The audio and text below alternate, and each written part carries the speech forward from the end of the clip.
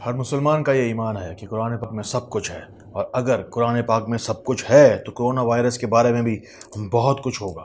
کلام پاک میں 10 سے 15 جگہوں پر واضح طور پر ایسے ارشادات ہیں جس کو آپ جب اس کے بارے میں جب پڑھیں گے، ابھی آپ تھوڑی دیر میں دیکھیں گے، آپ کو واضح طور پر اشارہ ملے گا کہ اس کا علاج، اس کی علامات، اس کی مکمل تفصیل قرآن پاک میں موجود ہے۔ تو پھر آئیے کرونا وائرس کا علاج ہم قرآن پاک سے سیکھتے ہیں۔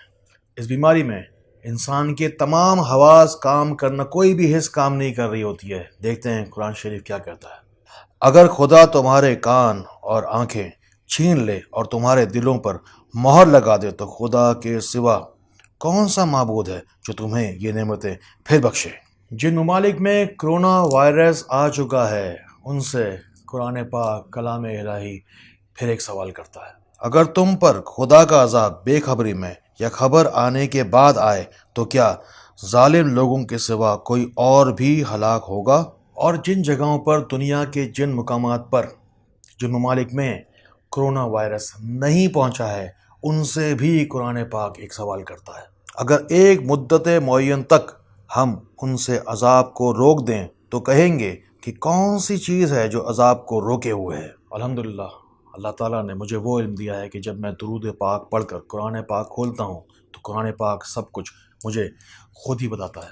ان باتوں سے جتنا فائدہ ہو سکے اٹھائیے۔ اس دنیا کے وہ ممالک جو کہ سپر پاور ہونے کا دعویٰ کرتے ہیں، اور بہت سارے ممالک جو اپنے آپ کو بہت زیادہ مضبوط کرنے کی فکر میں لگے ہوئے تھے، دیکھتے ہیں کلام پاک کیا کہتا ہے کہ کیوں یہ لوگ، کیسے یہ لوگ بے بسی کی تصویر بنے ہوئے ہیں، ان پر عذاب آ جائے جہاں سے ان کو خبر ہی نہ ہو۔ اس آیت کے فوراً بعد کرونا وائرس کے بارے میں کلام پاک میں کیا لکھا ہوا ہے، غور سے دیکھیے۔ یا ان کو چلتے پھرتے پکڑ لے۔ اس کے بعد اللہ تعالیٰ اپنے کلام میں فرماتا ہے، یا جب ان کو عذاب کا ڈر پیدا ہو گیا ہو تو ان کو پکڑ لے۔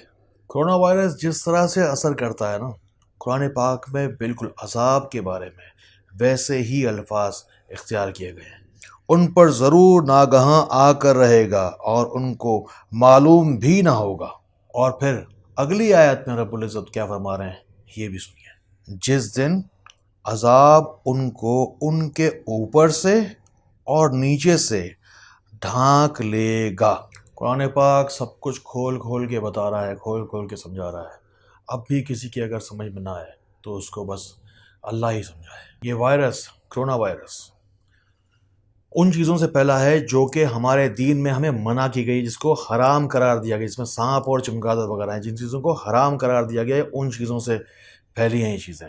لیکن اس میں ایک قدرت کا ایک عجیب و غریب سسٹم ہے جس کو ہمیں آج ابھی سمجھنا ہے، اس سے پہلے کہ یہ عذاب ہمیں بھی آ کے پکڑ لیں۔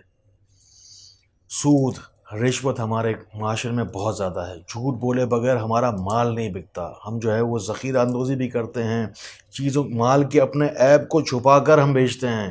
یہ ساری چیزیں تقریباً حرام کے زمرے میں ہی جا رہی ہیں۔ خدا را حرام سے بچیں۔ صاف صاف قدرت اشارہ دے رہی ہے، اب بھی موقع ہے، سمجھ لیں۔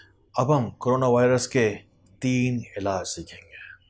سب سے پہلی چیز، میں نے آج تک کبھی بھی مسلک کی بات نہیں کی، کبھی کسی مسلک کو سپورٹ نہیں کیا۔ آپ دیوبندی ہیں، بریلوی ہیں، شیعہ ہیں، سنی ہیں، اہل حدیث ہیں، فرق نہیں پڑتا۔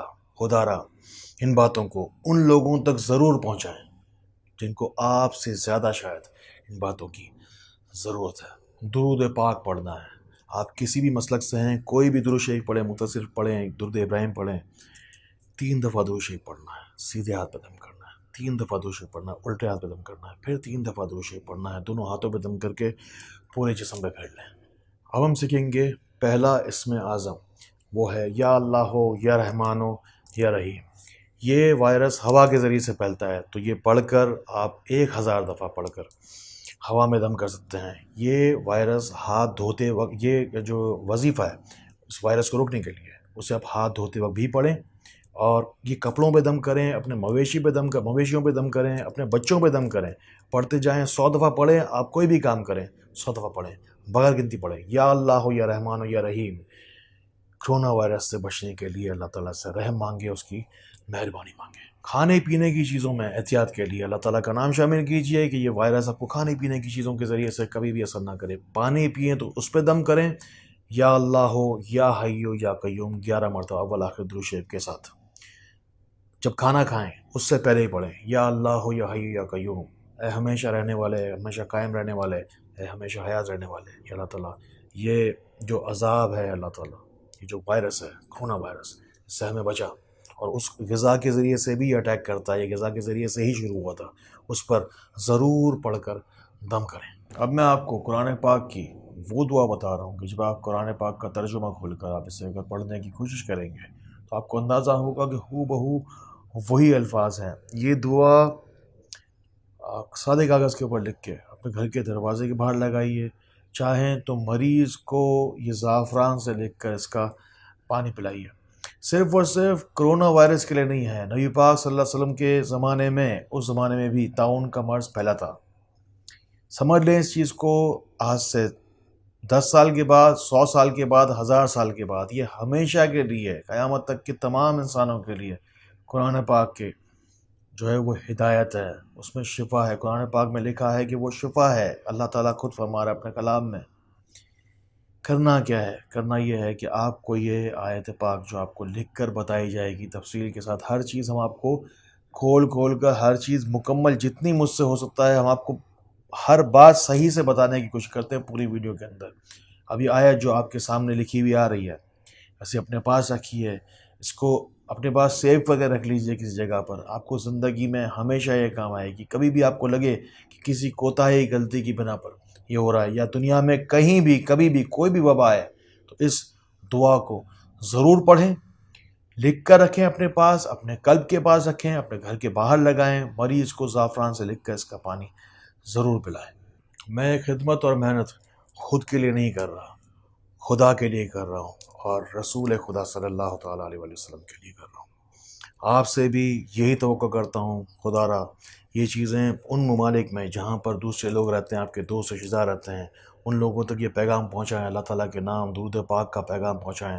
اللہ تعالیٰ کا یہ پیغام ان لوگوں تک اب آپ کی ذمہ داری ہے، ضرور پہنچائیں. اپنا نام دعا میں شامل کروانے کے لیے کمنٹ میں جائیے، اپنا نام، ملک اور شہر کے نام کے ساتھ لکھیے، اپنا مسئلہ بھی لکھیے ساتھ میں، تاکہ میں اور مجھ سے جڑے ہزاروں لوگ آپ کے لیے دعا کر سکیں.